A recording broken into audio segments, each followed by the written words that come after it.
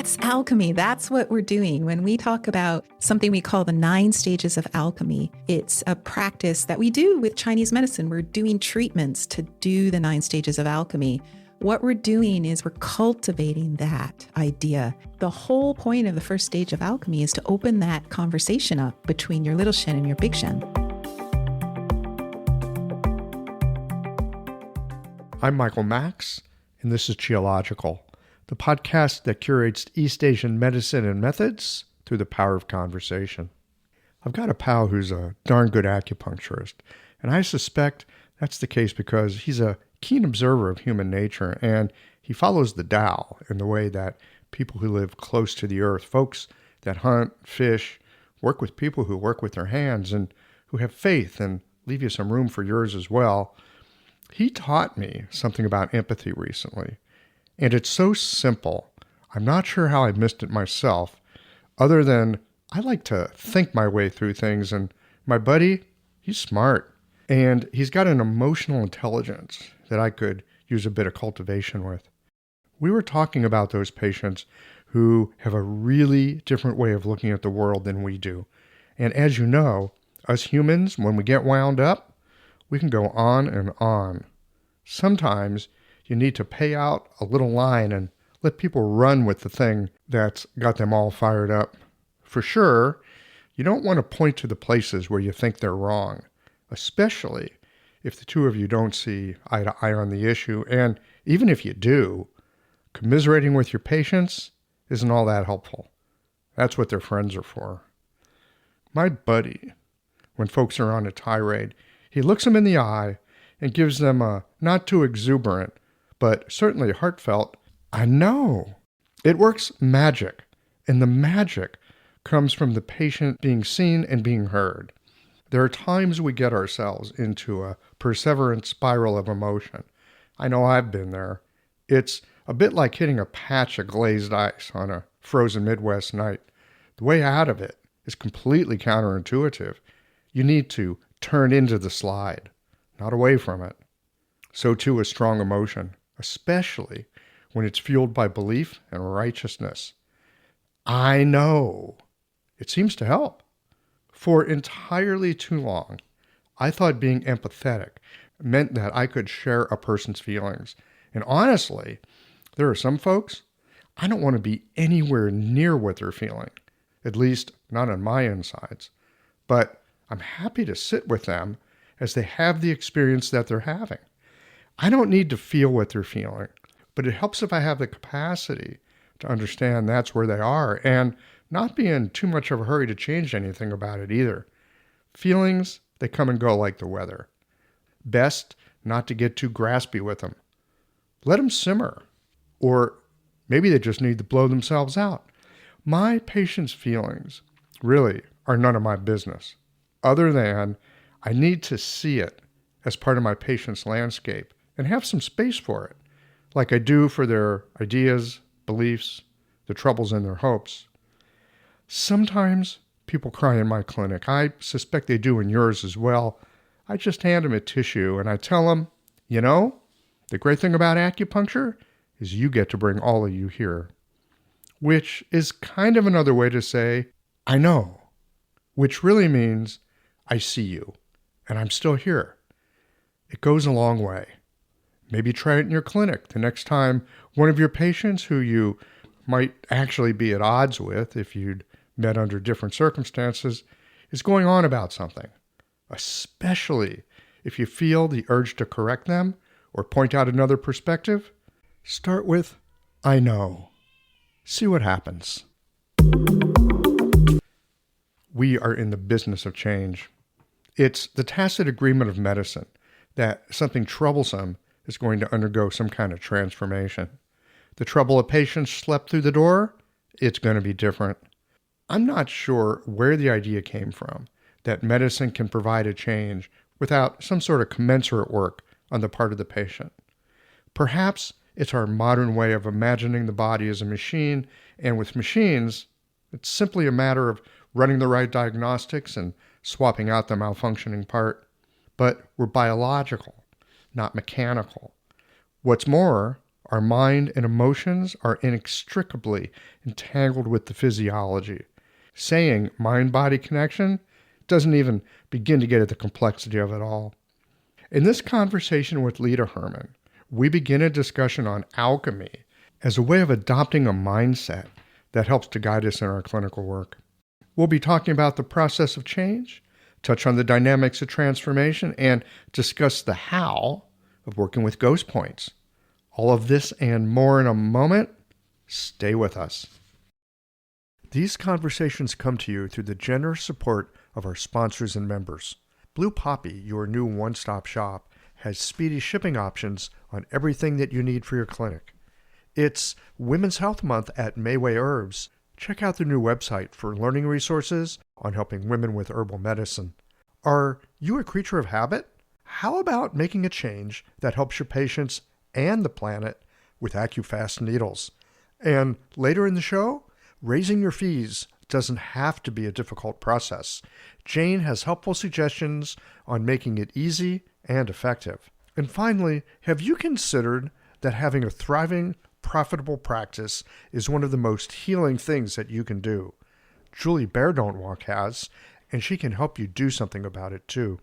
Do be sure to visit the sponsors page on the Qiological website to take advantage of all the special offers our terrific sponsors have for listeners of the podcast. Picture this. Your clinic is buzzing with patients, and then you realize that you're down to your last box of needles. No need for panic, because Blue Poppy, your one-stop shop for all your acupuncture needs, they ship orders received before 3 p.m. on the same day. With a quick visit to Blue Poppy's website, you can order premium needles, herbal formulas, and that special Dr. Bob's oil that your patients love. Blue Poppy understands practitioners can't keep patients waiting. That's why they strive to get you what you need when you need it. From high-quality Chinese herbs and formulations to acupuncture supplies and clinical essentials, Blue Poppy has served practitioners for nearly 40 years with products that meet the highest of standards. Discover everything Blue Poppy has to offer by visiting www.bluepoppy.com, and don't forget to subscribe to their mailing list for exclusive offers and more. Hi folks, I'm Yvonne Lyle, president of Mayway Herbs. May is Women's Health Month, and as a women-owned and women-run business, we especially love how Chinese medicine can support wellness through every stage of a woman's life. So in this month's newsletter and podcast, we're covering topics like PMS, pregnancy, menopause, and osteoporosis. We'll share expert insights and effective treatment strategies you can put to good use in your clinic. Our Plumflower brand line includes herbal tea pills, tablets, extract granules, and organic herbs, all of which you can find on Mayway.com. And where you can also find articles, videos, and other resources to support your practice. Since 1969, Mayway has been a trusted source for high-quality herbal products. In these challenging times, please know that we remain committed to keeping our products accessible and affordable so you can take care of yourself and your patients. As always, thank you for supporting Real Chinese Medicine. Daily habits and routines feel comforting, familiar, easy, automatic. That's the power of repetition. You've worked out the kinks and can do it with your eyes closed. But what if you shook things up? What if you ditched the old routine and tried something new? Hi, I'm John Sten. I've practiced acupuncture for over 30 years, and together with my wife Kelly, we created the world's first eco-friendly acupuncture needle. The AccuFast earth-friendly needle system cuts your packaging waste by 60 to 90%, depending upon your needle type, speeds up your needling, gives you more control, and best of all, while you're healing patients, we plant a tree for every 2 boxes your clinic uses. Thousands of acupuncturists have already made the switch. In just the last year, they've helped plant over 16,000 trees. Since we started, that number has grown to over 50,000. So break the routine. Be the change. Visit AccuFastNeedles.com. Your patients and the planet will thank you.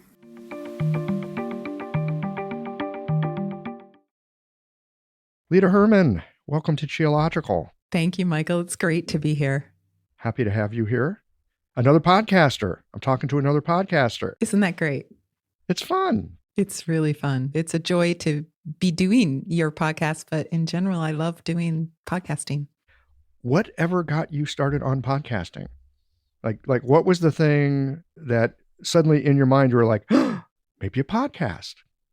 That's a good question. This was like 5 years ago, so I have to think back. But my business partner, Jay McElroy, she got wind of it, years before that and was kind of working on me. Leta, you should do a podcast. You should do a podcast. And I didn't really understand it. I don't think I was listening at that point. It was still kind of new and a little bit 5 years ago, a little bit newish. Newish. Yeah. Like it was out there. And we jumped in 2018 and we tried it and it was hard. Like we didn't have the tech down. We didn't have a lot of things, but we had a lot of fun. And so we laughed a lot. We entertained ourselves. And as a result, I think we've entertained hopefully other people. And we really liked the idea of taking it out more to people around the world who aren't necessarily Chinese medicine practitioners. That was really fun. So you talk both to practitioners, but so how do you split that difference, so to speak? Well, we assume that everyone sometimes needs to get back to the basics. So I think a lot of Chinese medicine practitioners listen to our podcasts, but it's like we're reframing things constantly in the context of their clients as well. So people out there are listening to, and we've picked a topic that is really near and dear to our hearts, which is alchemy. And we called the podcast Inspired Action because we love the concept of Wu Wei. And instead of calling it non-action or non-doing, which a lot of people go, what's that mean? That's really weird. Yeah, that would be confusing. It's confusing anyway. What do you mean not doing? It's a really confusing concept. So we decided to call it Inspired Action. And once we had that theme, we said, okay, well, if this is for the entire general public, not just for Chinese medicine practitioners, what does everyone need to know? And the truth is, we all need to know. We all need to kind of look at it from a very basic level. And so we just started building slowly on it. And it's, every year we just keep adding more and more of the concepts behind it, which is Wu Wei, in case people don't know, that idea that you could walk through life completely inspired. I always say, what if every footstep you took, the footprint is in front of you to put your foot in, and you're just stepping into that footprint? And that's the idea of inspired action. Like, I'm inspired and there's the way. The way is right there in front of me. It's almost the translation of the word way in Wu Wei. It's like the way. It's nice that they're a little similar. Yeah. Tao is like a path or a way. Exactly. The footprint is already there. That's interesting. I would say I've had this happen to me a handful of times in my life where someone has said something. I did not even make a decision. It was just like, oh yeah, I'm going to do that. Exactly. Right. And this other part of my mind is going, you're what? But there's been a few times the footprint's been there, but it's only been a handful. You're saying this can happen more often. Yes. And in alchemy, we cultivate that. So we talk a lot about cultivation. Like, what if you thought of yourself as a garden? And it's totally cool and acceptable to be a wild garden full of beautiful weeds, just a mesh of tons of stuff and not cultivated like an English garden. And that's okay. But let's say that you like to think of maybe a way you're inspired to cultivate yourself. And as you start to cultivate yourself, we would call that alchemy. We would say that, okay, like I can just kind of walk willy-nilly, whatever path, anything goes in my life, freewheeling. Or I can kind of bring in that inspiration in a way that now I'm cultivating myself like a garden into something more than who I am naturally, even though you are naturally those things. I don't know. I have had parts of my life where I've done it willy-nilly. Hey, here's an idea and just try this, just try that without a ton of forethought. Sometimes it's worked out. Sometimes not so great. You end up cultivated, but more like mowed down. So there is something, I think, about that naturalness but at the same time, willy-nilly hasn't, at least for me, it hasn't been so helpful. Right. So if you think about this idea of the Shen, the spirit, kind of coming in at the beginning of your lifetime, then we would call that the piece of the Shen that you're borrowing from the divine for your lifetime to animate you is that Shen. And then that big Shen resides in the brain. And then the little Shen is the one that resides in your heart and kind of is the one that has to navigate choices and destiny and free will and destiny and what's what, and make those decisions as we go along. And so if you think about that individualness of the heart versus sort of the collective consciousness of what the mind can tap into through the big Shen, meaning the big Shen is our collective spirit, and the little Shen is just that individual you. In alchemy, what we're doing is really holding that heart and allowing you to heal a lot of heart pain. And then again, cultivate what you're trying to do, which is potentially getting more to that Wu Wei inspired action state. And then some higher level alchemy stuff is really out there, like morphine and flying and being invisible and immortality even. So, the alchemists had a lot of theories about some very unusual ways of being. Okay, there's a lot to unpack there. I want to start with, you just said the big Shen is in the brain. Yes. So the idea is that the big Shen is our piece of the divine that comes in as we are maybe gestating or maybe even at the moment of conception. I don't think there's a definite on that, on how it's just obviously a cosmological theory, but there's a big bang and we have an embryo, right? And we kind of come into some level of animation. And so that what animates us? I mean, modern science still doesn't really know what qi is. It doesn't know what animates us. And the Chinese have been like, it's the Shen for, thousands of years. And so the idea that the Shen is coming in and that we break that Shen into 5 pieces. There's the Shen, the Hun, the Po, the Yi, and the Shi, right? So, and for those of you who don't know the spirit names, there's a spirit for each organ, each element, let's say. There's a spirit for each element. But when they say the Shen, the Hun, the Po, the Yi, and the Zhi, the Shen, that Shen is your little Shen, the one that lives in your heart. And then the Hun is the spirit that lives in the liver. The Po is the spirit that lives in the lungs, etc. I don't know if you want me to keep going. Yeah. I think our listeners caught into that. Yes. It's mostly Chinese medicine practitioners because I don't want to get too basic here. So, but in the brain, the idea is that through due 20, we can, at night, we can astral travel, for example. So what happens? Why is liver time at night? Well, liver time is at night because at nighttime, we need to, when we say we're going to sleep on it, we're going to sleep on it because the liver has to do its job through the Hun. The Hun can astral travel at night. It can go out and it can survey the battlefield. So like the general being the liver, right? The Hun is going to go out now at night, survey the battlefield, look at all the factors and make a decision. That's why we say, hey, I can't decide right now. I'm going to sleep on it. And then we go sleep on it. And then the Hun is now, going to make that decision in the middle of the night. We wake up, we know what to do.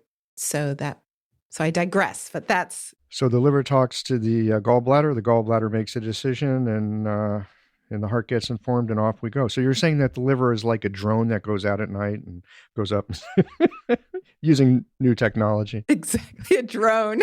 I love it. Well, I mean, it's kind of the sense. Seeing it flies up gives you an aerial view. Yeah.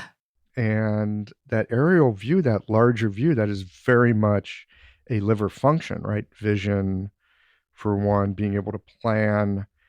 How do you know? Well, you got to see the landscape of what you're in. Just a quick little aside here. A year or two ago, we went to this place called Crystal Bridges. It's a museum down in Arkansas, Bentonville, Arkansas, galactic international, or I should say intergalactic headquarters of Walmart. They've got an amazing museum of American art. Walmart money has bought this fantastic art collection. It's worth seeing. Anyway, when we were there, we also went to the Walmart Museum. I know a lot of people are here listening to this like, Walmart, we hate them. But listen to this. Sam Walton was very different than the people that run Walmart today. And one of the things that Sam Walton would do, this fits in, I guarantee I'm going to tie this in. He had a small pilot's license and he had an airplane and he would like fly around. And one of the things he'd do is like fly over his competitors and look and like count the cars in their parking lot versus the cars in his parking lot. And it was one of the ways that he'd make decisions on like where to put billboards or how to do whatever he did. So he had to have been wood, huh? He would be the wood element, I'm guessing. Well, he had a strong wood aspect. Yes. Right? He had a strong earth aspect. He drove an old broken down 4x4 Ford truck that he used for hunting. So really interesting character. Anyway, I digress, but that point about being able to get that overall view, yeah, that really does fit in with the etheric aspect of the Hun and how that connects then with the organ.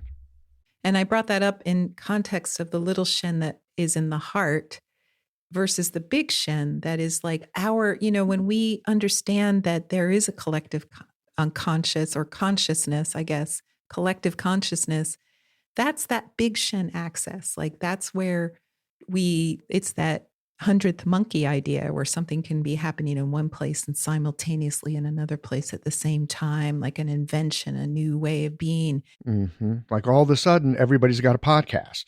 Exactly. That's the big Shen at work. And we don't really understand that. That's way beyond our pay grade.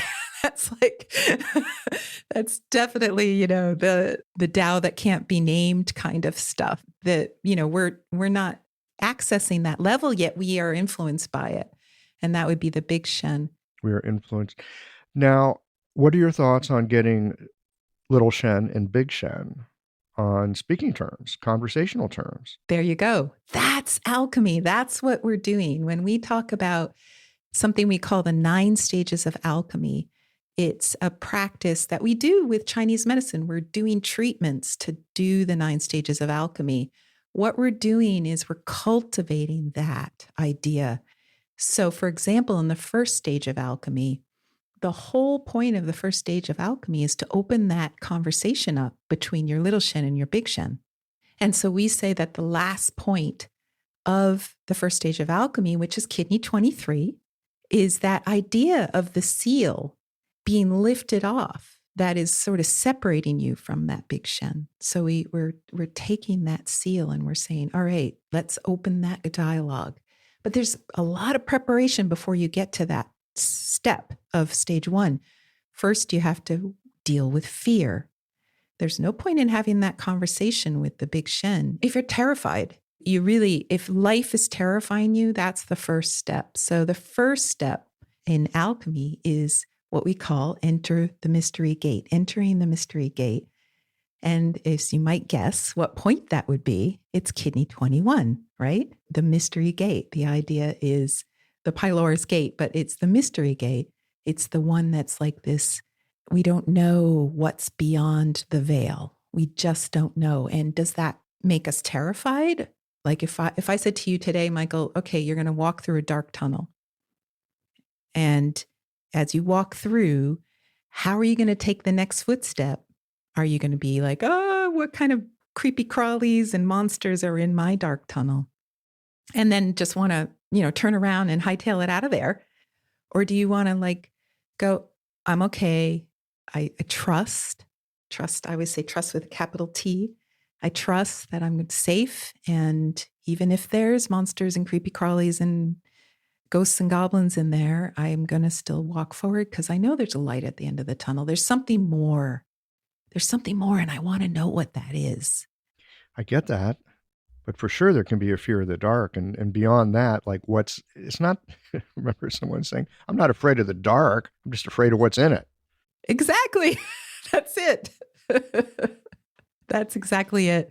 And we sometimes even practice walking in the dark for real, like go outside and pick a place where there's not a big cliff and that it's relatively safe, and just turn your flashlight off, turn your iPhone off, turn it all off, and just try walking.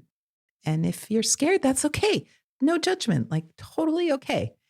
And then the idea is, there's techniques like what can we do to assuage the fear? Yes, it's a great question. What can we do? Well, we've tried a lot of different things, but one thing is to imagine someone you trust holding your hand, like your mom, or some people's mom isn't great, so that's not a good helper. Sometimes we say to imagine there's a little like Buddha inside your chest, and you're just like allowing that Buddha to light the way for you. And so you just kind of imagine this inner light starts to shine. And then that helps a lot of people, a lot of people. They start to just feel, again, sort of a connection with their little Shen, because that's where the Shen resides. And they're accessing it just through that visualization. And they begin to feel like, oh yeah, I can do this. So when we say you're going to go in your dark tunnel, that's you trying to, for the first time, maybe say, I'm willing to step into my unknown. Mm. What's my unknown? And is it scary? Or what are my fears? You probably, at least when I think for myself, unknown, that's hard to conceptualize. What my fears are? Oh yeah, I can get a pretty quick ping on that. Yeah. And I have to say, some people aren't ready to do alchemy, and we do things like the ghost points first. Because if there's just an overwhelming amount of fear and trauma, then this isn't a good exercise for someone like that. That's just not fair. Like, let's first just work on that. And that's where Sun Si Miao's ghost points come in, or other treatments like Worsley's IDs and EDs treatments are good. But like whatever that new person's bringing to the table, sometimes the 9 stages of alchemy is not the place to start. I mean, change is threatening. I'm in such a tiny box of no change because it's so scary. So I just wanted to say that not everyone is going to just be like, yay, let's go do some alchemy. And we have to kind of take it case by case. Yeah, when I think of alchemy, I think of a younger version of myself that thought that was pretty cool.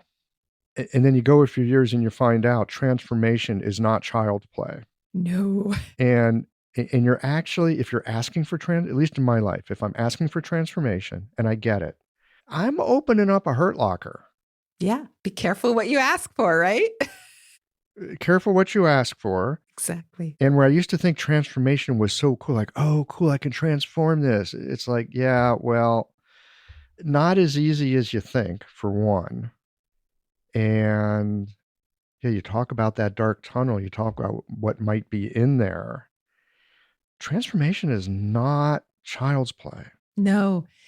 And that's why I love, love, love the ghost points, because the things that hold someone back from transformation are often the skeletons in the closet, the things that have bit us before in the butt, like that we've had a lot of experiences. And the idea is that we create a fortress. We start to create these little lookout towers on top of the fortress. So we armor against those bad things happening again. And everyone has it. I say, if you've been on the planet for 20 years and you had a great childhood, I mean, eventually shit's going to happen, right? I don't know if I can say that, but stuff is going to happen, right? So in terms of like stuff happens, then we begin to build the armor. I'm never, ever, ever going to let that happen again, which is smart, right? As an adult, that threatened me, maybe even to the point of feeling like there was some level of death, impending death or emotional death or whatever kind of like major thing I saw. So I put my hand up to the universe and I say, no, never again. So what do I have to do to live that? Now I need a lookout tower. I need to be constantly vigilantly looking out for any potential thing that's like that. And obviously there's degrees of this, but modern day, psychology calls PTSD this very thing. Obviously, it can be very extreme, or pretty much all of us have some level of PTSD. We have some level of, not doing that. I remember that. And when it happened back then, it was really, really, really bad. Not going to do it. So as we begin to say, wait, is it safe for me to begin to look at why this vigilance is happening? Is it safe for me to open up that Pandora's box of why that was so painful?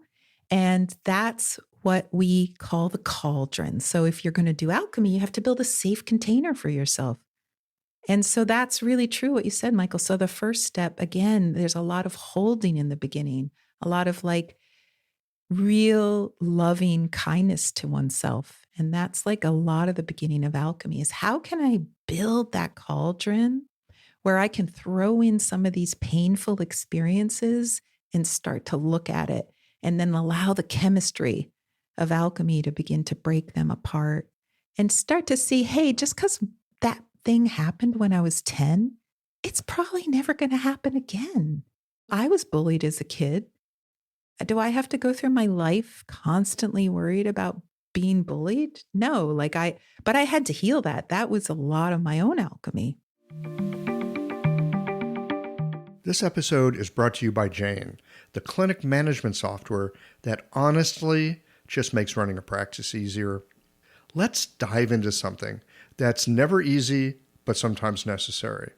Raising your fees. It can feel awkward, right? But here's a tip that can really help. Consider offering flexibility to your patients as you introduce the change. When patients face new fees, it's natural for them to feel uncertain or concerned. That's where flexibility can really make a difference. Offering options like a phased increase, suggesting a payment plan, or even taking a moment to talk things through can help to ease the transition. These thoughtful gestures show your patients that you're listening and care about them, which strengthens the trust you've worked so hard to build. If you're looking for more ideas on how to navigate these kinds of changes, head to frontdesk.jane.app and check out the article, How to Tell Clients You're Raising Your Fees. One last thing, if you're ready to give Jane a try, you can use the code CHEOLOGICAL for a 1-month grace period on your new Jane account. Sure. Well, and you also have to learn something about boundaries, holding boundaries, and recognizing dangers. And that is useful stuff. Yes. So I'm not suggesting bullying is a good idea, but look, the world is going to show you people that do not have your best interest in mind. Absolutely. It's really helpful to know who they are. Absolutely.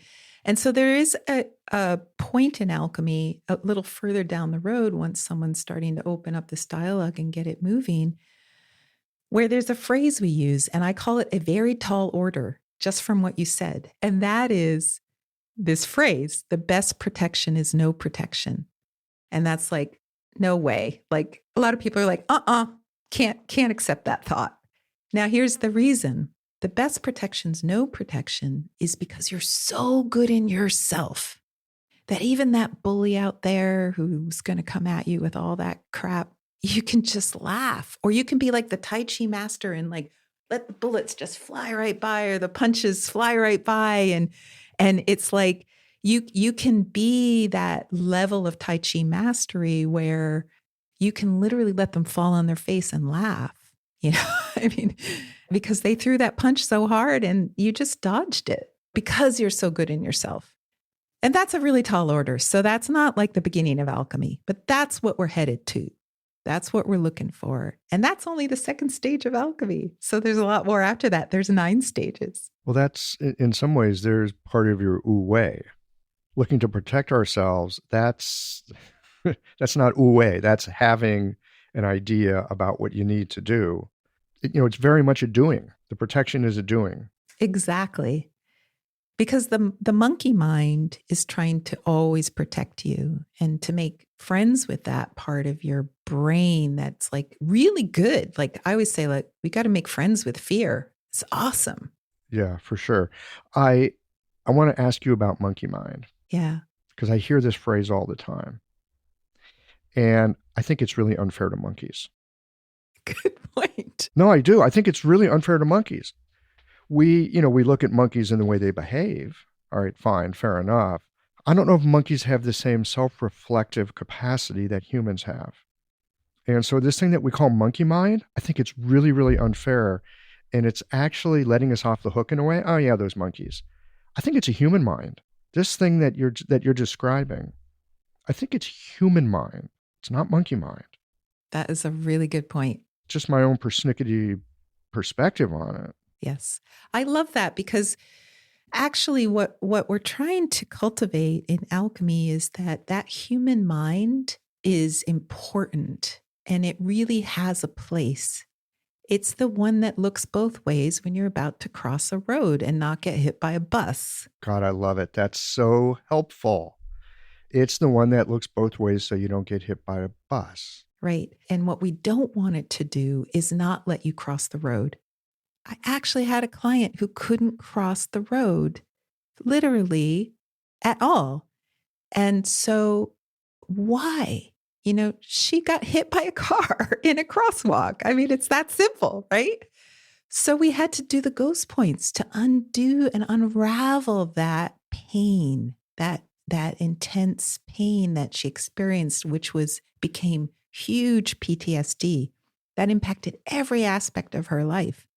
Yeah. Well, you got hit by a car in a crosswalk. I guess that means you have to give up crossing the street. But man, that's going to limit you, isn't it? In a big way. So when I say monkey mind, and I agree with the strange name, what I'm saying is human mind can be just a friend. It's part of us. It's something we need to really value and understand. It's keeping us safe. But it also can extend to incredible anxiety and overthinking that is beyond its capacity to keep us safe and now is shutting down inspired action. Because if we are like, we got to cross the road and the mind is saying, no way, you can't cross the road, there's no inspired action. Right. There's just limitation. Yeah. I love the idea that there's both an opening with the mind and there's let's make sure that we can do this. We have the capacity. We can be safe.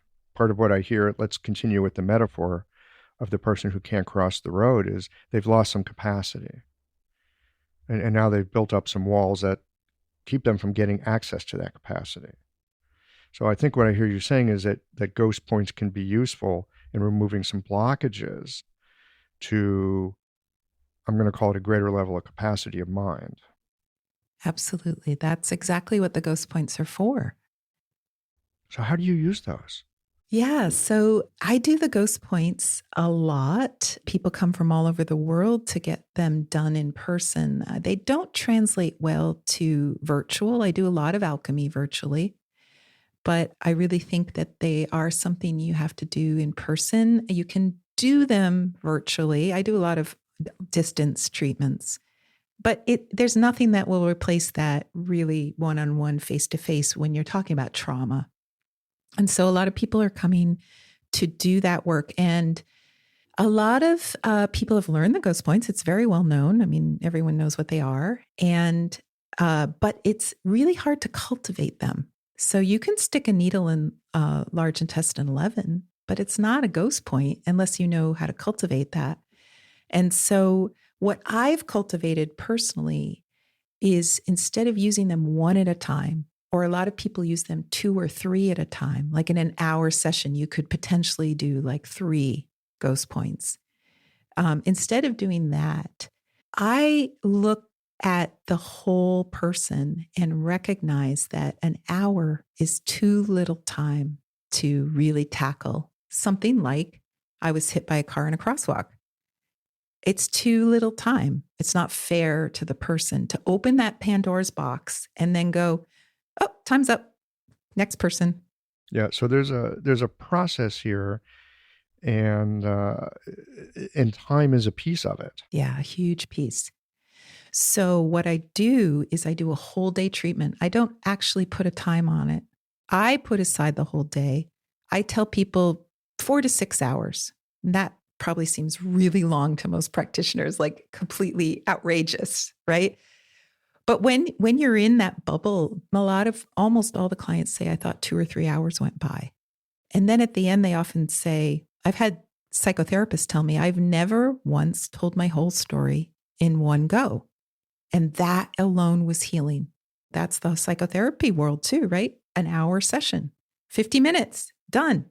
So they, even though they're psychotherapists, they never told the whole story to anyone in one sitting.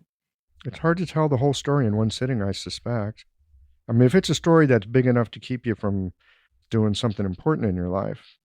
So is this partly needling? Is this partly talking? Is this journaling? I mean, what all goes into this? Right. So with the ghost points, I believe the heart needs to speak. And so one of the things that I'm cultivating is to allow that person to basically have their own inspiration. I'm not doing a treatment, I'm facilitating a treatment. So I'm allowing whatever needs to happen. So let's say we start with do 26, which is the first point in Sun-Si Mao's order.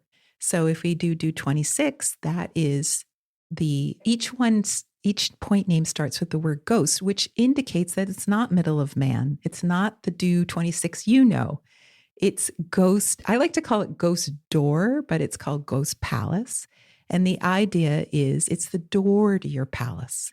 Because think of it, it's where air comes in, food comes in. It's how we interface with the world. So that may be why the name middle of man. But I mean, it doesn't really matter. You have to kind of think of it as not the do 26, It's a completely different point every time you work with these points.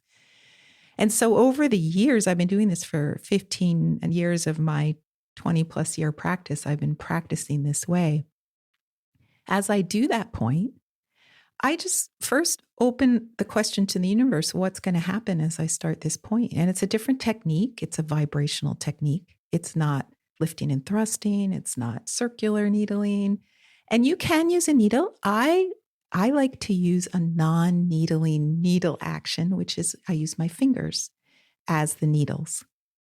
And that's also just my trajectory in my training. I did not start as an acupuncturist. I started as a plant spirit medicine practitioner and then studied very intensively with the Worsley tradition through acupuncture. And then I've come to this place of just using my hands, because the power for me of doing this point in this alchemical way is so much more than having the separation of an instrument where I'm the instrument, I'm the needle.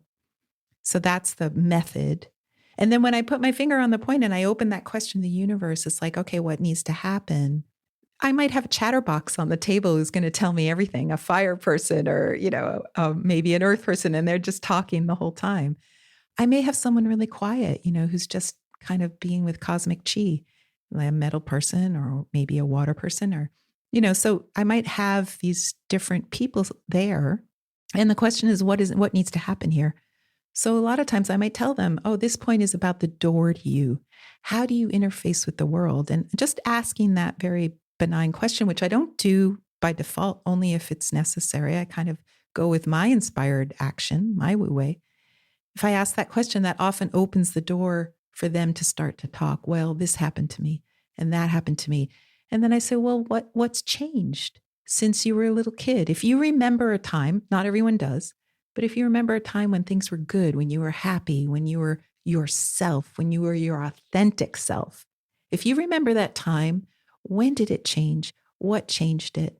And what is that person versus the person lying on the table today? And so we start having this long conversation. We could spend an hour on that point.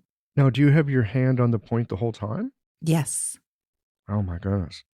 So glad I'm an acupuncturist. You could do it with a needle, but when I was studying, I always studied side by side with acupuncturists, and they still had their hand on the needle the whole time. Oh, did they? Okay. It's a different kind of work. It's real presence. It's such a level of presence. Really, that's the gift of alchemical Chinese medicine, is your presence. It's definitely not stick the needles in and leave the room at all. At the very least, it would be stick the needles in and continue to be there and talk with the person. You could try that. I mean, that might be sufficient. But having your hands on the point, whether it's through the needle, holding the needle like a Toyohari technique is also possible. And then the insertion would be when the opening comes, when the aha moment comes, when they get it, then the needle slips in. So that is how I learned it from a needling point of view. You could try inserting it and then just be with the needle. So it's really going to vary per person. But all of my students who are acupuncturists, my students, I say, go do it with needles, try it out. And they all come back and say, I really like using my hands. So they've learned a whole new way of working because of this work where they're using their fingers as needles. I've seen this myself in clinics sometimes. I'll be probing points to see if they'll be helpful, and I'll just press on the point. So, and some points, like if I'm working with someone's shoulders, and their shoulder frees right up. It's like, oh yeah, that's the point. I'll go work with it with a needle. It's like, hand work better. It's not always, but often enough. What I hear you saying with these ghost points is that, like water. Let's take water for an example. Water can have different characteristics depending on the situation. It can be a vapor. It can be a fluid. It can be a solid, depending on the situation. And you deal with water in different ways depending on that situation. So it sounds like these ghost points are a bit similar. Depending on the situation, they have different characteristics. Absolutely. You really can't think of them as the same point. Like if you move on to, let's see, what would be a good point to talk about? Large intestine 11. Give me large intestine 11 because it's a point that I think many of us use. If you're not using it every day, you should. Well, I'd just be surprised given the state of digestion and just the way things are in the world. Exactly. I know. I love large intestine 11 for it's what we all know it to be, and not as a ghost point. I use it all the time. So the difference is large intestine 11 is called ghost official. And ghost official, it took me probably 10 years to cultivate that point. When you say cultivate, what does that mean? Well, I didn't have a teacher like I am. I did have a wonderful teacher, Nikki Bilton, back in the day. And then Jeffrey Yuen has been my teacher for many, many years, since 2004. So I have wonderful teachers, right? But there was a level where I think, Jeffrey Yuen teaches you theory, and then I take it into the clinic and practice it. And that practice informs me more than a lecture could ever inform me. Mm-hmm. So as I started to work with Ghost Official, I knew some things about it. I knew that, official, okay, first of all, it's a metal element point, right? So that makes a lot of sense because when we think about the metal element, we think of the prime minister. And we also think of maybe a judge sitting on a bench, right? A judgmental, not judgmentalness, but the ability to say what the scales are showing us in law. Is it guilty or is it innocent? Well, there's such a thing as good judgment and bad judgment.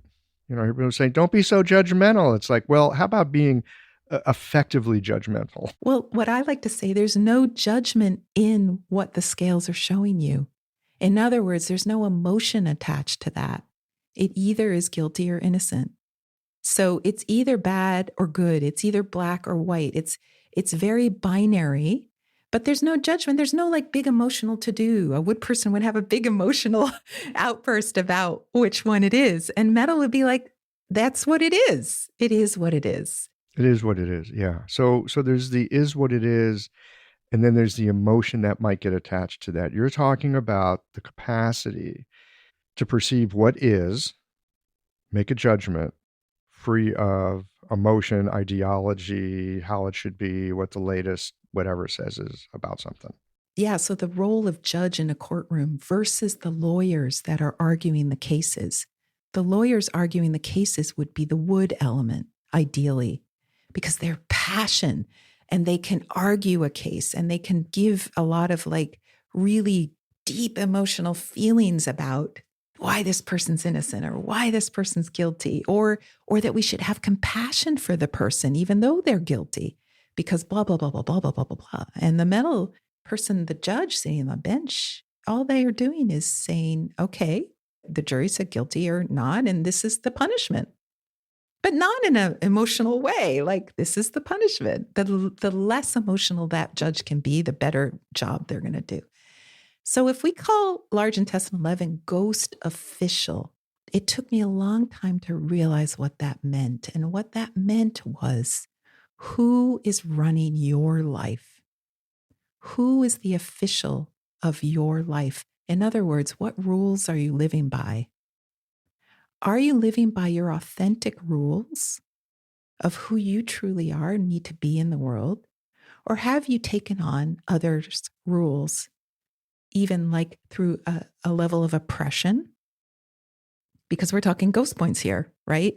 So if we're talking ghost points, there's trauma. There's something really negative in a person's life, usually once you start to bring the ghost points in. So we're trying to release levels of oppression or levels of blocked will where you weren't able to live by your own rules. I have a patient, this was years ago, but I often think about this encounter. Can't remember everything about the treatment, but what I remember is this. She said, yeah, I need to fire my board of directors and get a new one. And she wasn't talking about anything on the outside. Right. That's great. Oh my God, that's so perfect. Isn't it? That is ghost official. Okay, that's ghost official. I'm firing that board of directors. I need a new board of directors. Absolutely. That is it. You nailed it. Yeah. Okay. Now I understand. It's funny. It's one of those things. This was years ago. And I often will think about that. There was something very lively about the feeling in the room when she said that. And I thought, yep, that's right. And I probably need to fire some of mine too. Yeah. And it's amazing when I do this point with people, I often will ask them if it's appropriate. Again, I just want you to know nothing is set in stone in any of these treatments. But if I'm inspired to ask, I will ask them, well, what rules do you want to live by? What about just one rule? What would that be? And for some people, that is a completely foreign concept. What? I get to make a rule for myself? One woman told me she made a rule when she was in her early 20s that she was never going to lie. And she lived that her whole life. Fantastic. Wonderful. Ghost official wasn't such a big deal for her. But for another person, there are no rules of their own. None. They can't think of one. So they have a pretty intense board of directors, right? Yeah. Well, I mean, you're oppressed by everything at that point. Yeah. And so, obviously there's different layers and levels and complexities to these points. I mean, I'm just giving you one sort of vantage point of that one, but it comes out a lot of different ways. A lot of people who've had very, domineering parents can have a lot of issues with this point. And also Ghost Road, bladder 62. Ghost Road is one of those points that is similar to large intestine 11 in that it's asking, what are your detours? What has blocked you on your road or taken you on the wrong path? And we all kind of know that we're supposed to be headed this way. I mean, most of us do, not all of us, but some of us know, hey, this is my trajectory and somehow I'm way over here. What happened? How did I get here? This wasn't meant to be. What's going on? Makes me think of that famous Talking Heads song. Which one? Oh, I can't remember the title of it, but there's this one refrain, well, how did I get here? Yes, exactly. Exactly. Is this my beautiful house? Is this my beautiful house? Right. Is this my beautiful wife? Yes, exactly. It is totally that song. And then they talk about the water. So there we go with the bladder. So it's kind of a theme song for that point. Yes.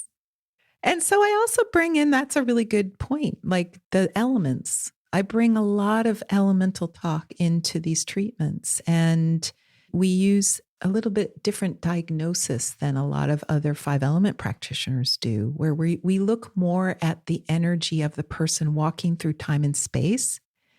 We try not to use CSOE as much because CSOE changes a lot, especially with people who are in trauma states. It really messes with your CSOE. So I know five element acupuncture schools, CSOE rules, color, sound, odor, and emotion. So for folks that don't know what that is, because they haven't studied the Worsley tradition, what are we talking about? It's color, sound, odor, and emotion. Worsley was all about that. So the color of the face, the odor, the sound of the voice, these are all factors. They're not to be ignored. But in addition to that, when you're working with someone who comes in a trauma state, they might be white as a ghost, right? Really, you might think they're metal because anyone who's more matte, obviously depending on skin tone, it's going to be different, but they have more of this matte look that can be like no color in the face and a lighter skin tone. Then that person is often diagnosed as metal. However, if they're in a trauma state, we believe that that's usually the third element in what we call their stack up. So if you're, let's say, wood first and then fire second and metal third, and something horrible's happened, you're going to be in that third element state and you're going to appear metal. You may even have a weeping voice because you're scared and you're maybe in grief. Are you stuck in time or stuck in space or both? Well, in terms of PTSD kind of reaction, yeah, you're definitely stuck in time. Stuck in time. And it's going to affect how you present in the clinic. And so what will happen? So why am I using the five elements at all in these treatments? I want to get back to the authentic energetic makeup of that person. And in alchemy, eventually they're going to go beyond their own elemental sort of energetic limitations and be all five elements. But to do that, they first need to know themselves. They need to know what that authentic energetic is. So if they're naturally social, naturally smiling, they have light in their eyes, that's who they were when they were 5. But then when that thing happened when they were 6, that shut them down. And ever since then, they've been like just hiding from the world. Well, then maybe fire's their true elemental type. And they've been trying to be metal their whole lives. And that can happen. Or maybe they have a different response and they're red-faced and angry. They've become wood as a response to the trauma. So depending on the let me see if I have this.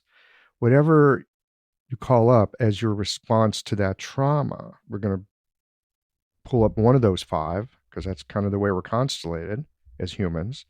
Whichever one of those we use as our way of getting through it, now we're kind of stuck with that. We keep orbiting around it. We look like that. Yes. But that's actually false. Yes. And it takes a little bit of time to understand with that person who the authentic person is and who this person, some people call them acquired elements. They acquired it through life experiences, or even just a parent saying, don't be that, be like me, over and over and over through childhood. So they end up growing up being someone they're not, completely someone they're not. And that we've seen that many times. So we actually analyze them walking. We get them to walk in a long hallway. We get them to walk slow, and then we get them to walk fast. And the evaluation we're doing is, do they bounce? That would be fire. Do they march? That would be wood. So we're going through all the elements and we're looking at what is the predominant, energetic, and then is that clashing with what they're presenting? Now, how does the fast and slow, how's that helpful? Do they march different, or do they move differently fast and slow? And does one mean one thing and one thing mean another? The fast and slow is a way to take a general assessment because a lot of people are nervous when you're watching them walk. And so if you tell them, hey, just walk your normal walk, they'll be all like nervous and it won't be their normal walk. But then I say walk fast and they can't help but start doing their thing. And then they also calm down a little bit and they forget that they're nervous.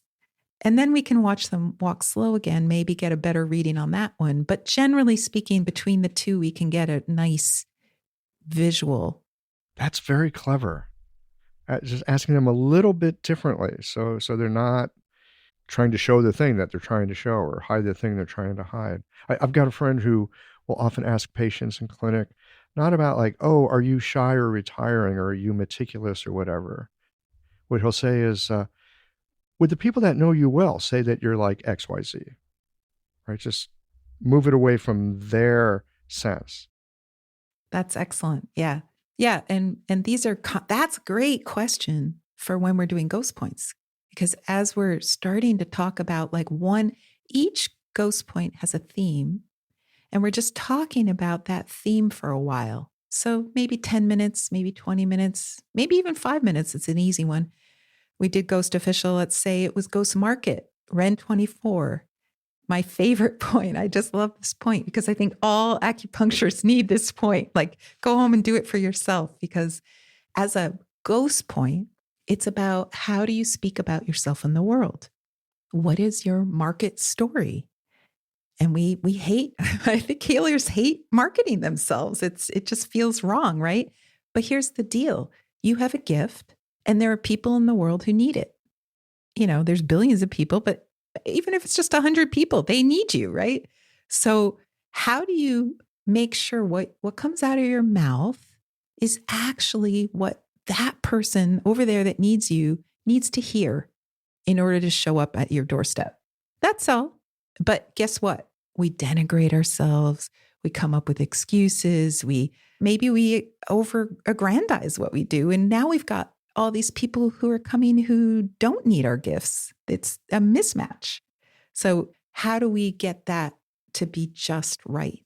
Just the right amount of talk, enough so that that gift gets to the right person. That's Ghost Market. Having a thriving, profitable practice is one of the most healing things you can do as a healthcare practitioner. Because a robust business is the ultimate expression of vital qi. And that's the heart of our medicine. I'm Julie Bairdontlock, and I help practitioners grow nourishing, profitable, authentic businesses that embody the generative cycle of Chinese medicine. This isn't about all yang all the time. It's about expanding your own internal capacity, growing collaborative relationships with your patients for ethical patient retention, and marketing as an extension of this medicine, not a necessary evil. You already know that everything is connected in your patients' lives and bodies. The same is true for your business. When we align your systems, your schedule, your pricing, and your offerings with you, we create flow, which means more spaciousness, more impact, and more joy. When you are in the flow, fully resourced in terms of chi, time, and money, your business becomes a source of healing, not just for your patients, but for you. Let's grow something rooted, radiant, and real. Visit lifeflowconsulting.com to learn more. That'd be helpful with dating too, I would think. Yes, very much. You know, I mean, talk about marketing. What's a first date? It's a marketing. Yes. I mean, think about all the people that go on their first date and talk about all their breakups. I mean, that's not a great strategy, right? For Not your a great first date. strategy. So you want to be able to cut to the chase. What is it that that person needs to know about you to say, hey, is this the right person for me to spend time with? And do you know it well enough yourself? Yeah. That you can speak it? There you go. Definitely, Michael. That's it. Yes, that's often a bigger question. One of the things we do in stage 1 of alchemy is after you work on your fears, the next question is, what do you really want? You'd think that would be an easy question, but Nope. Not an easy question. Really hard, because I tell people you have to put aside your children, put aside your spouse, put aside your boss or whatever career, your clients, or you have to like not think about any of them and allow your spirit to kind of filter in and receive. It's like the poem, The 13 Appearances. I don't know if you know that poem, but Elisabeth Rochat de la Vallée and Pierre Claude Lard, they wrote a translation in their book, Rooting Shen, Rooting Spirit, I think is the title. And so the 13 appearances is when something takes charge of the being, we speak of the heart. And so what's happening is the breath expands, something comes down, and there's life as part of the poem. It's this whole process of how we as humans emerge into beingness, and then day to day, how we actually do things. And that poem is just about how we can receive this, what do I really want? Answer. It has to come from beyond us somehow. That big Shen has to inform it a little bit. So you have to find a way to let that happen. So after the fear, you've got capacity to work with that some. Yeah, because you can't answer that question if you're terrified. Nope, you can't. Well, it's hard enough question to answer even if you aren't terrified, it sounds like. I'm just thinking about it. You just asked it. And my immediate response without even thinking, you were saying it should be easy. And I'm like, yep, nope. I didn't even think about it. Right? It's just that slippery in a sense. So talk to us a little bit more about getting your arms around what you want. Right. Well, one of the things that I love is to do the treatments, the actual points, because I think sometimes, again, that human mind, not monkey mind, gets in the way. And we're talking Ren 23 here. Actually, before that, no, Kidney 23 was the one that I talked about earlier. Before we do the Big Shen Kidney 23 point, we started with Kidney 21. Now we go to Kidney 19, Yin Metropolis. And the reason that we go there is we want to kind of go on retreat to ask that question. That question requires some quietude. Yin Metropolis is away from the city, away from all the hubbub. So you have to meditate to get the answer to that question. So we actually have a recorded meditation in our website, Alchemy Learning Center. And the idea, and you don't need to listen to me to do it, but if you just want a little guidance, there's to sit and to contemplate that while even working on Kidney 19. Again, vibrating. All alchemy is a vibrational technique. And you can ask yourself, all right, what do I really want in a deep meditative state? You get into that meditative state. And then you try not to let your human mind answer that. See if your Shen can answer that. And then what bubbles up or what filters down, however you look at it, it's coming from beyond that human mind. And that's how you answer it. What bubbles up or filters down. That's so well spoken. Because heaven comes down, the breaths expand, and there is life. Okay. I want to finish up just so we can have a sense of completion here. Because we could go on for a long time with this ghost treatment. And it sounds like a ghost treatment does go on for a long time. And I'm suspecting probably multiple sessions. Yes, I tend to do them once, no more than once every 6 months, unless I'm doing one over a long period of time.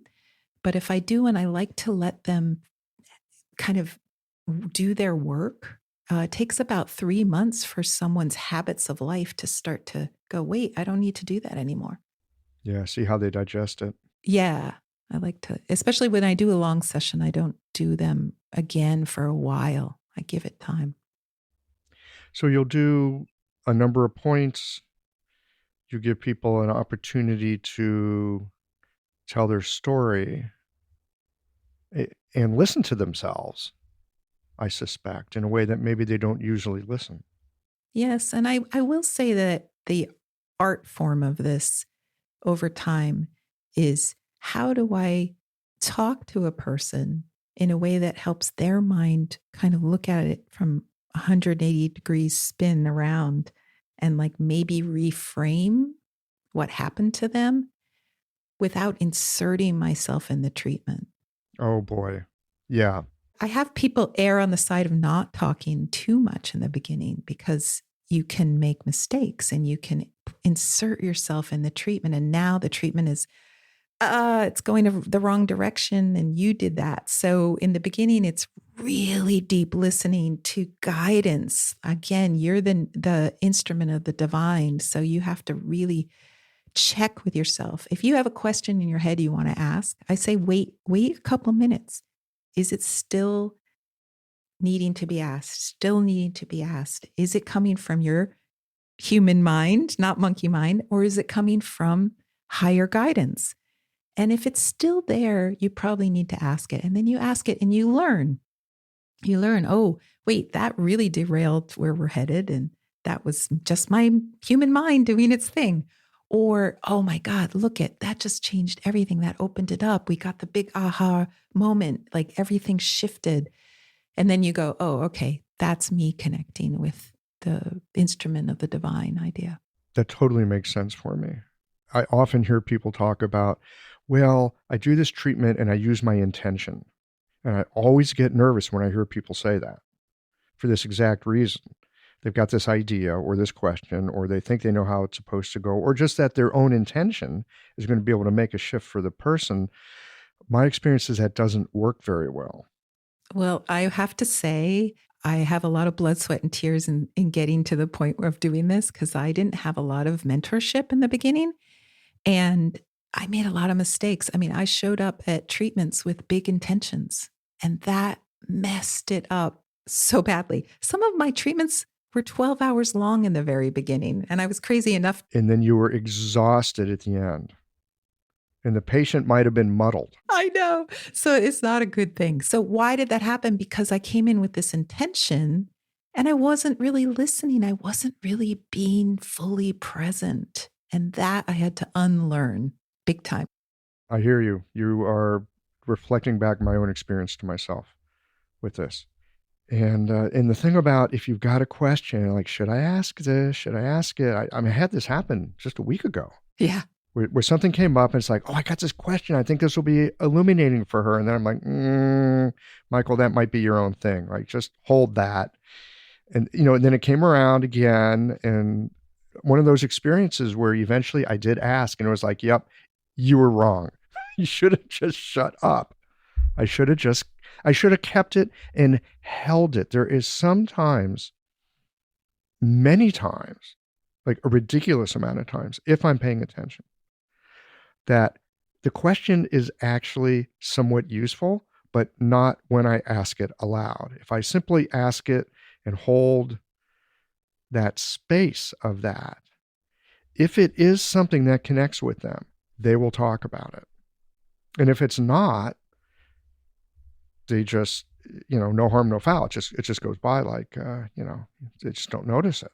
Well, it's the difference between your learning and their learning.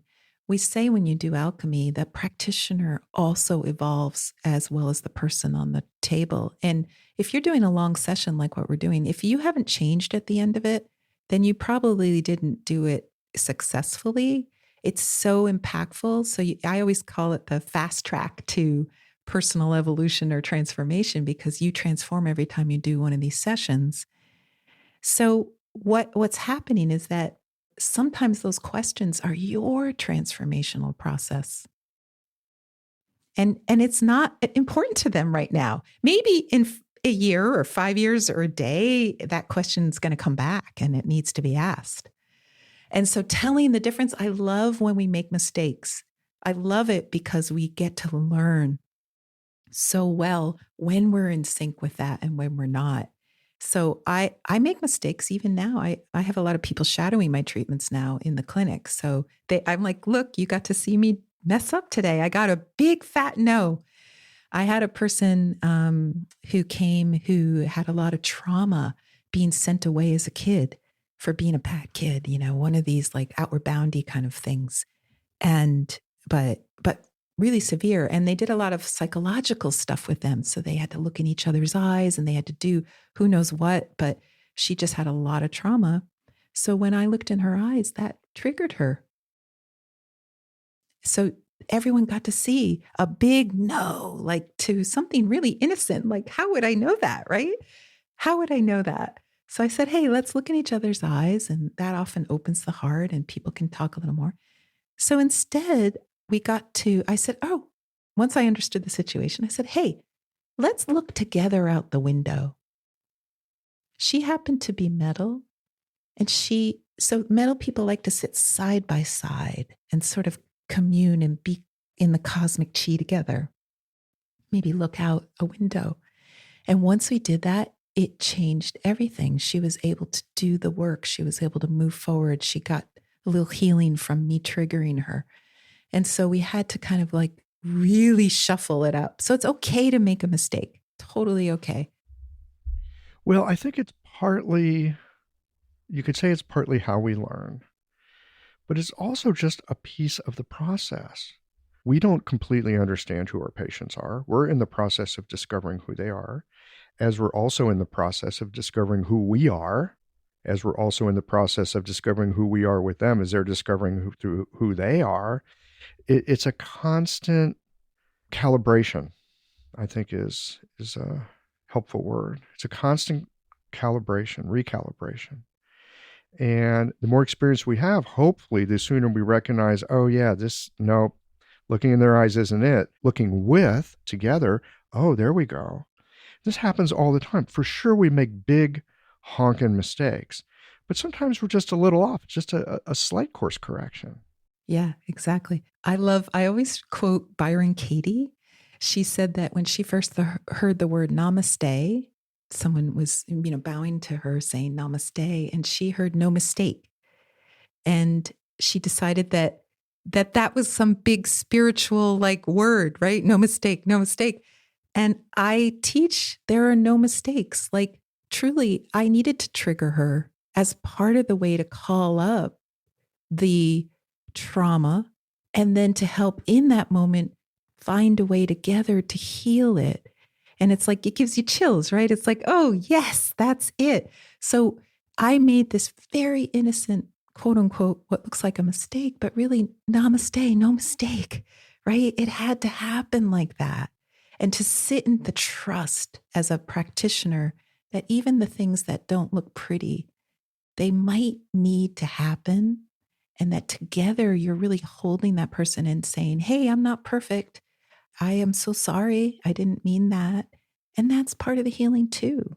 Because we're all going to be encountering people who are different than us all the time.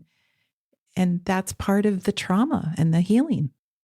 And I think we also often hold ourselves to this incredibly high standard of, I can't make mistakes. And this person is in my office because those other idiot practitioners that they saw made mistakes. And so it's upon me now to not make, I know for myself, I've really put myself in a really tight spot without much room to maneuver because I have to get it right. I'm not saying we should be careless. I'm not saying that at all. What I am saying is, yeah, all along we're learning something. Did that land? Did it not land? How did it land? I meant it like this. They took it like that. Oh, it's like prescribing herbs, and they come back and they go, yeah, I had headaches and I was nauseous. Oh, okay. Well, if those herbs did that, then it might mean this other thing.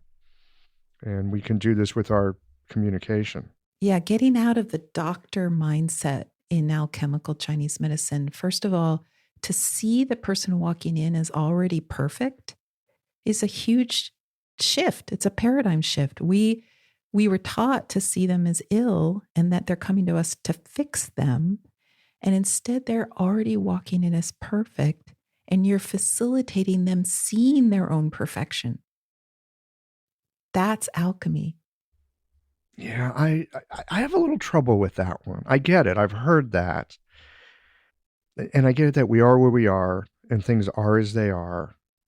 I think it was T.G. Suzuki or someone who said, yeah, you're perfect, but you could use a little improvement. Yes. Well, here's the thing. If you're unwell, right, that's going to limit your ability to see perfection in yourself for sure. So you have to address that. And what can bring about a mindset of health in a person who's not well? And that's our job. Yeah. We have this fantastic idea from Chinese philosophy and in Chinese medicine of the zheng qi, right? That qi, which is upright, everything going well. It's just, it's fine. It's the qi that's fine. And we all have it. We might not be as attached to it. It may not be running through us in the ways that would be most optimal, but it's there. It's the capacity is there. So I can get that as a kind of perfection, but for sure, when people come through our door, they're not hitting on all cylinders. They wouldn't be walking through our door. And certainly me as a practitioner, I know that there are strengths I have, there are weaknesses I have, and then there's just a whole bunch of stuff I don't know. Yeah, and exactly. So if someone is coming in that state, then you're not bringing that alchemy mindset to it yet. They may be future needing more of that idea of perfection, but like let's say someone comes in and they need the ghost points. So let's just go with that Chinese medicine idea of possession, gui. Let's say that whatever you think is true, but let's just call it a gui. They're possessed, right? Well, that's a state of inauthentic qi or shui qi, as opposed to the zhang qi, which is authentic, right? So they don't have true qi. There's still somewhere deep down, there's perfection, but there's something masking that intensely, right? So you can't get through to them. Maybe even the needles pop out. Like it could be really severe, right? So there's treatments for that. And I would call all of those treatments alchemical treatments, honestly, if you're working with gui. Well, I think what you're describing here, you talked about it earlier, where people have a trauma, they get stuck in whatever energy that they pulled up to deal with that trauma. And now they're walking in with that to get that resolved. Yeah, and they're not themselves. So we don't even have to think of it as another entity. It's just them not being themselves. So that they're haunted by their previous solution. Exactly. And that's shui qi. Evil qi, perverse qi, inauthentic qi. I just call it not true. Unhelpful qi. I hate calling it evil qi. I hate that. That's a horrible translation. I hate that. It's really bothersome. I'm gonna start calling it unhelpful qi. Unhelpful. Perfect. Or unskilled qi. It's unskilled qi. Yes. I just call it not true qi. Whereas your true qi is the qi that we want you to circulate through yourself and you be in total charge of yourself. That's true qi. All right. Wow. Well, this has been quite a conversation. I agree. Thank you. Anything else? And I suspect there's a lot more to talk about with alchemy, so we may have to come back another time and do that. But anything else that needs to be said at this moment, since we've been rattling on about ghost points?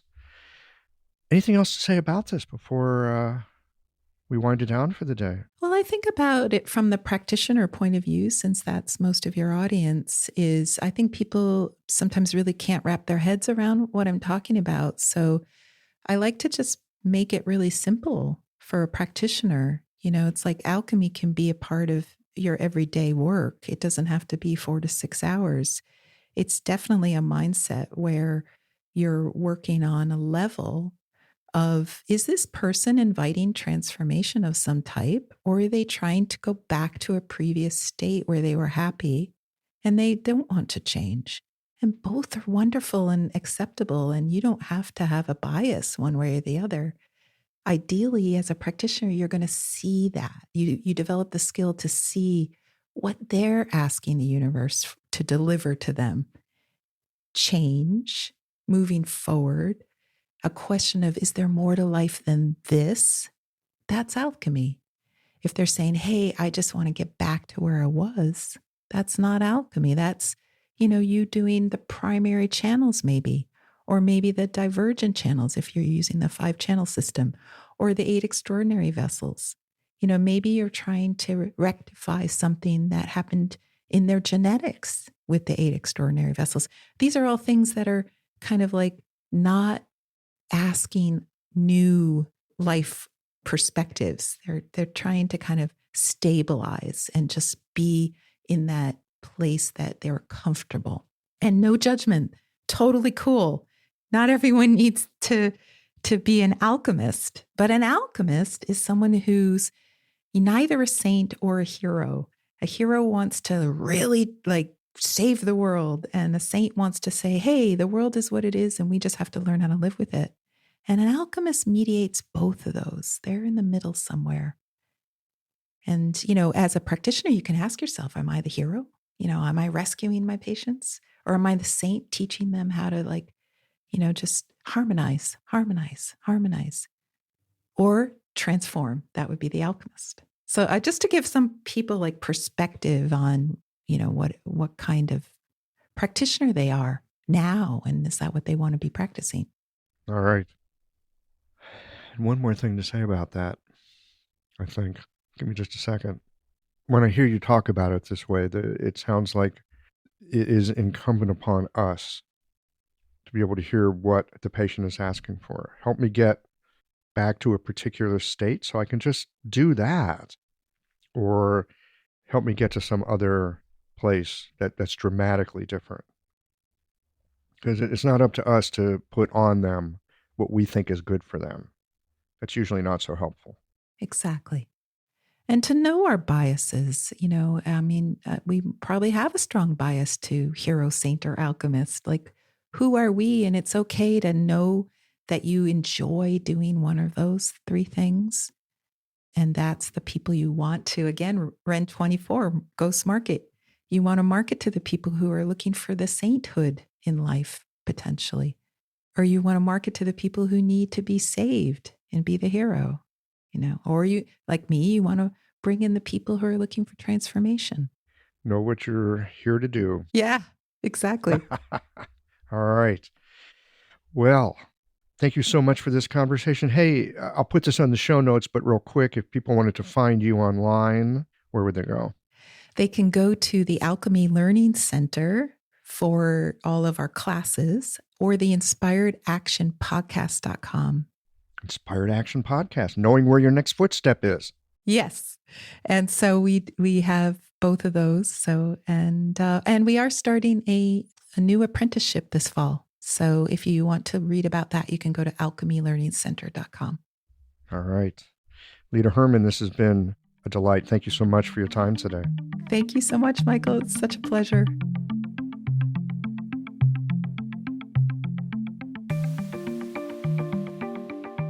When I was younger, I was enamored with the idea of transformation.